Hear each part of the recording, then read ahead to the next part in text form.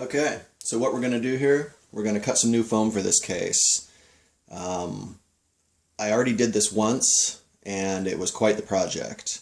This time, I've got a new pistol, new mags, I've recently got new EOTech sights on there, so everything's a little bit different. I figured it's time to go ahead and cut a final pattern. What I'm going to be using is a hot wire cutter that was made from scratch, essentially. I had a buddy at work help me create it. I did the wiring, he actually did the wood building portion of it. It turned out really good, and the end product is just phenomenal. It's definitely not the easiest way, and I'm sure it's not the right way.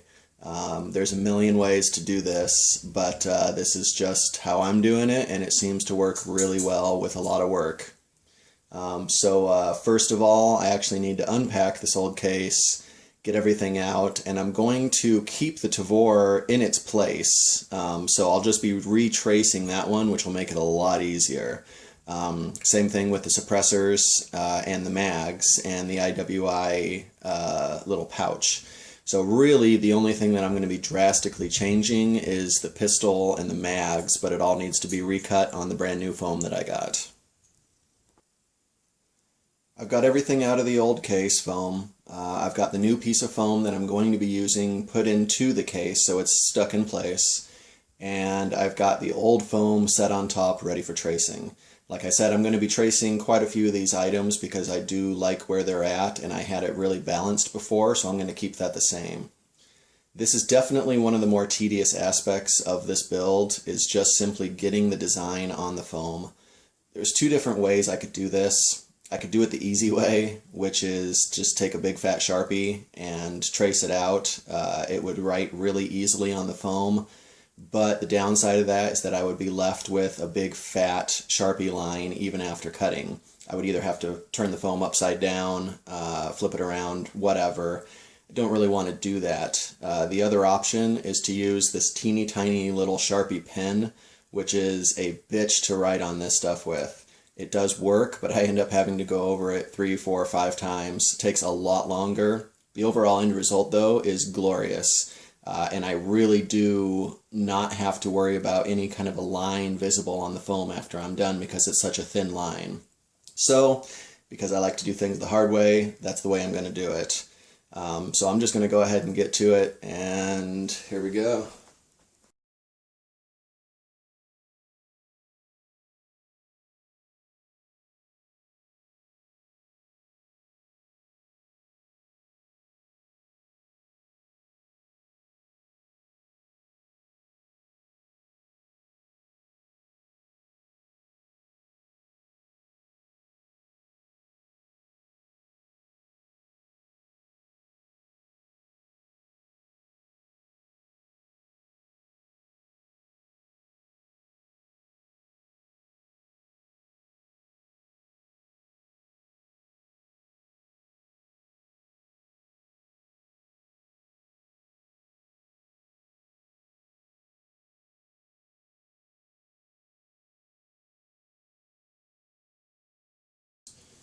I've got the majority of the outline done now. I've definitely got a good base to start with. I went ahead and removed that top piece of foam because there's really not much more it can help me with. One thing I am going to do is I'm going to take a little bit of time and I'm going to darken in some of these lines here. As I maneuver around this, especially on the cutter, I'm sweating. There's a good chance I could smudge some of these really important lines and features here. So I want to make sure it's good and dark before I get started on that. I'm also going to end up having to put in the Tavor back on top and finish tracing out the optics. The previous cutouts that I had were not for these optics, and I want to make sure that I get that perfectly. The mags, the suppressors, everything looks good. I will also be putting the pistol exactly where I want it, and I'll be placing the mags and the accessories as well. Once I get all that done, I should be ready to do the cutting.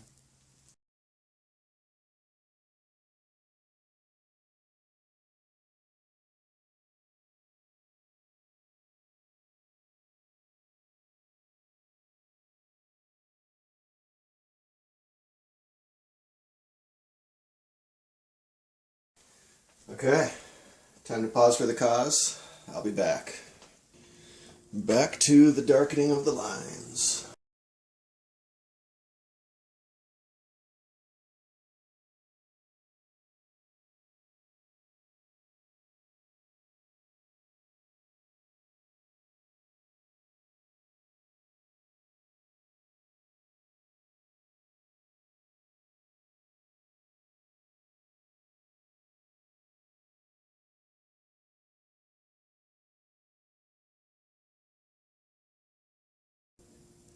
So one thing I do have to be cautious about here when doing the pistol, I do have an extended threaded barrel coming for this pistol to use for the suppressor. It's going to add probably a good minimum 3/8 of an inch or so to the end of the barrel. So I am going to have to plan for that. I could extend that directly into the rear of the suppressor, which is probably going to be the best way to go to actually keep everything in place without having to make any major modifications to the layout that I have. I do only have 2 mags for this. I do plan on getting a third, so I'm going to go ahead and make the cuts to give myself a spare mag as well.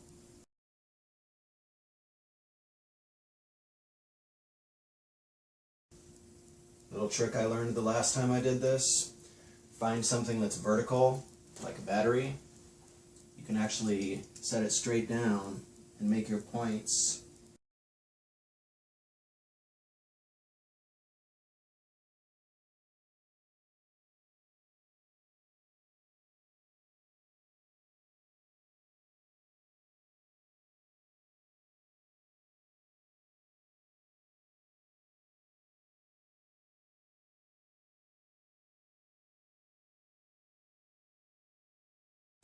This is a punch tool I picked up. I freaking love it. Really is good for so many things.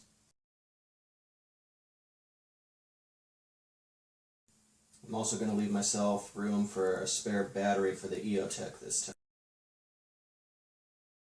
You know, I think we're about ready to get started cutting.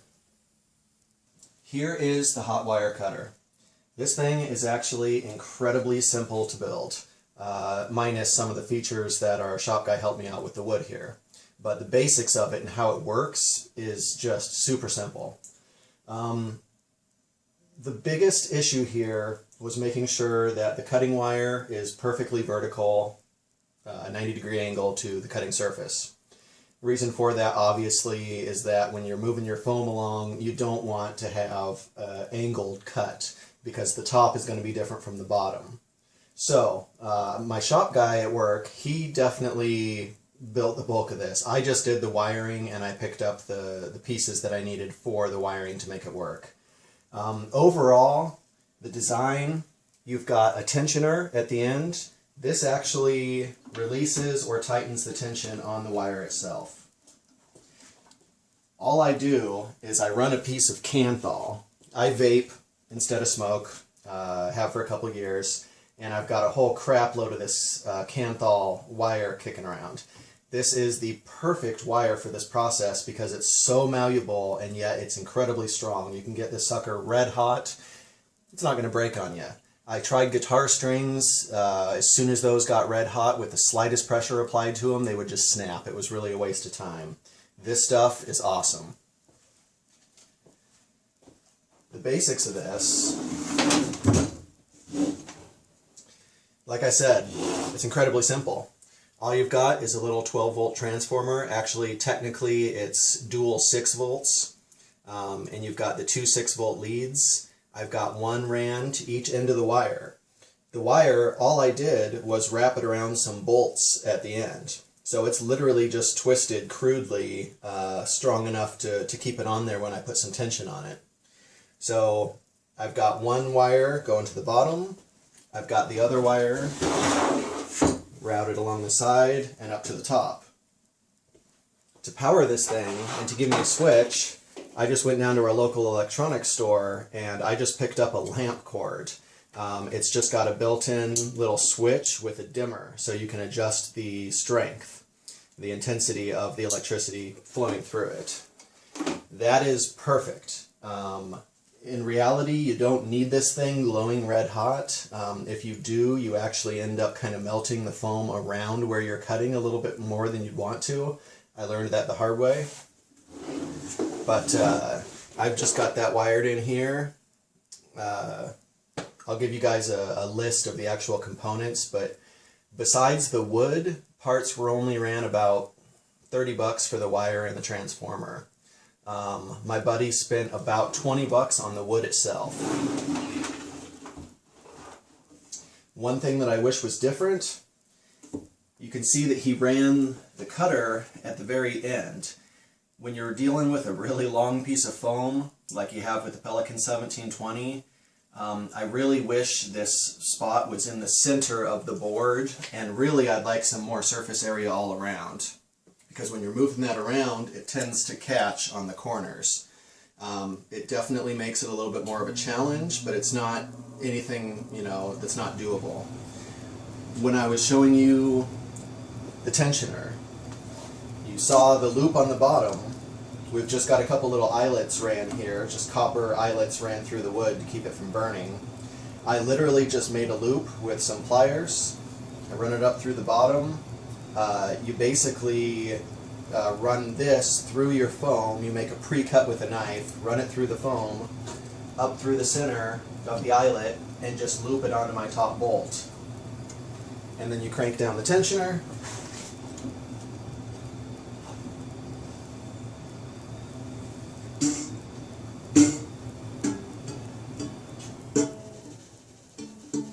Until it's good and tight. That's all there is to it. You fire the sucker up, you turn the heat up, and you get to cutting. The bottom of it does get pretty dirty. As you're going through the foam, you'll notice a lot of collection of crap on the bottom here. Occasionally, throughout the process, I end up turning the heat up, burning that stuff off. I may even take a knife and scrape it off, because as that builds up, you end up with a uneven cutting surface. This wire, you want to pretty much be as clean as possible the whole process.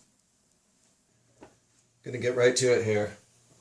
So the first pieces I'm gonna cut out are the pieces where I'm not gonna be reusing the foam to lift the item up in the case.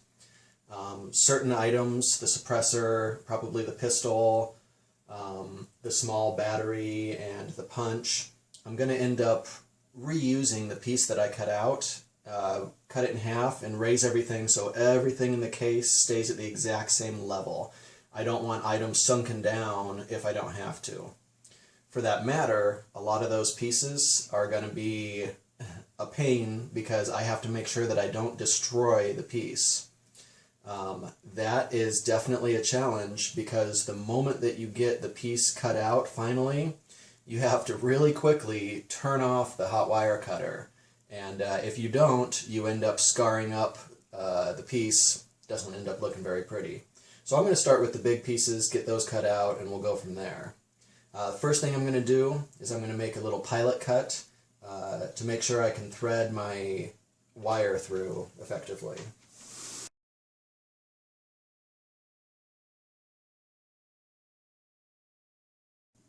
I'm going to end up having to do this in stages. I am doing this inside. It's single digits outside, and I noticed when I tried to do this before, unfortunately, the wire won't even get hot enough to really do an effective cutting job if it's way too cold out or if it's raining. So I'm going to chance this inside. This stuff stinks to high hell when it burns, so I'm probably going to end up doing this in a couple different segments, let it air out in between each one. So we're going to fire this up here. You can hear the transformer probably kicking on.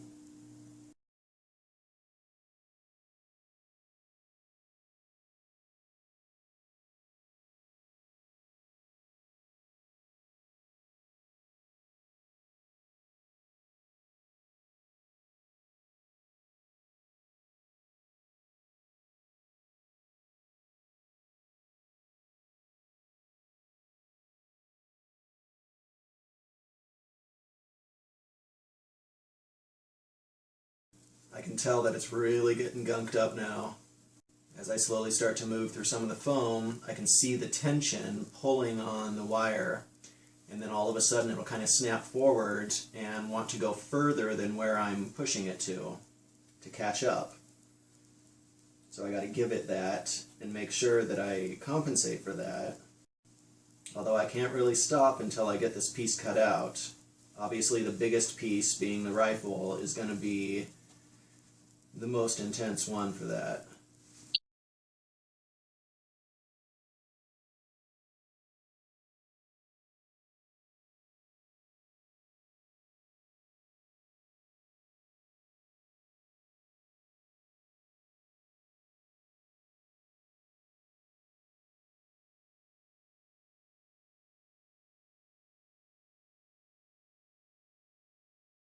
Let that wire cool down for a second and pop this sucker out and see how it looks. So, a couple of the problem areas right there, I nicked it a little bit. The gunk on it was just getting too much and it wouldn't cut, it just kept wanting to tear it. So I actually had to turn it up real quick and kind of go back and forth, and what ended up happening was a little bit of a cut. No big deal, you'll barely be able to notice it once everything's in there. Other than that, looks pretty damn good. Also, one right there. Not bad, not bad. In fact, I think I'm going to go test fit this real quick to make sure I don't need to make any adjustments. So, test fit's fantastic.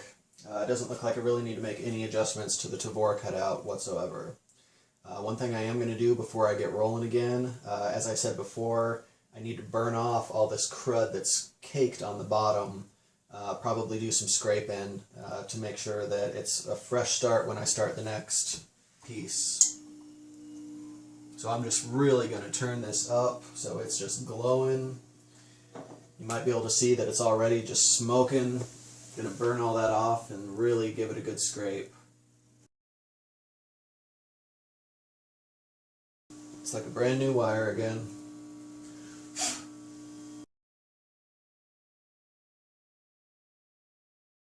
Since I will be reusing the pistol piece, I have to be incredibly careful not to completely chew it up, because I will have to cut it, put it back in to raise up the pistol.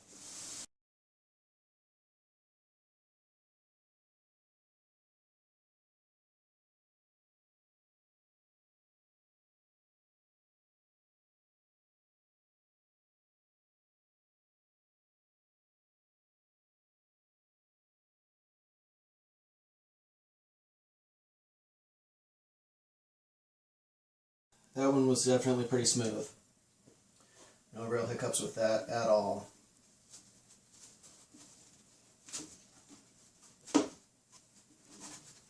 So I'm going to keep this because I'm going to end up cutting it in half, raising the pistol up. And I'm going to go test fit this piece as well. Test fit was perfect. Moving on to the next piece.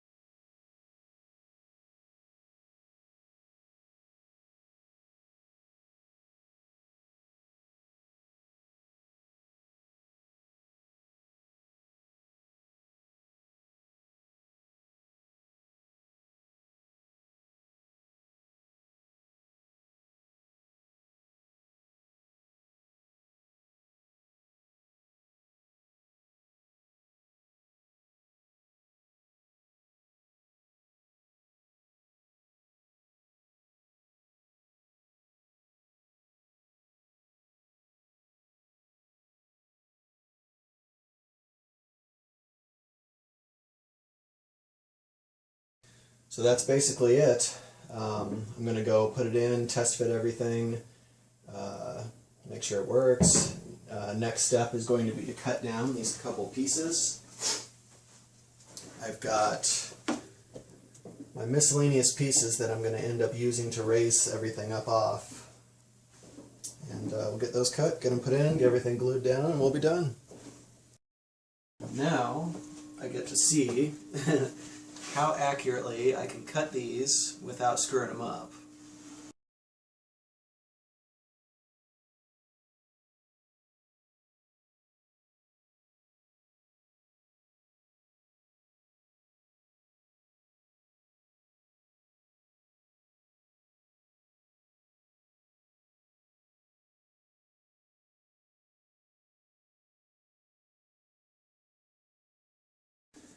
Okay, time to put it all together. Okay, and here we have it. This is the finished product. Definitely looks pretty good, way better than it was before with all the mismatched holes everywhere. Man, I am definitely happy with it. There was a couple mistakes, nothing major. Overall, for a 7-hour overall job, not too shabby.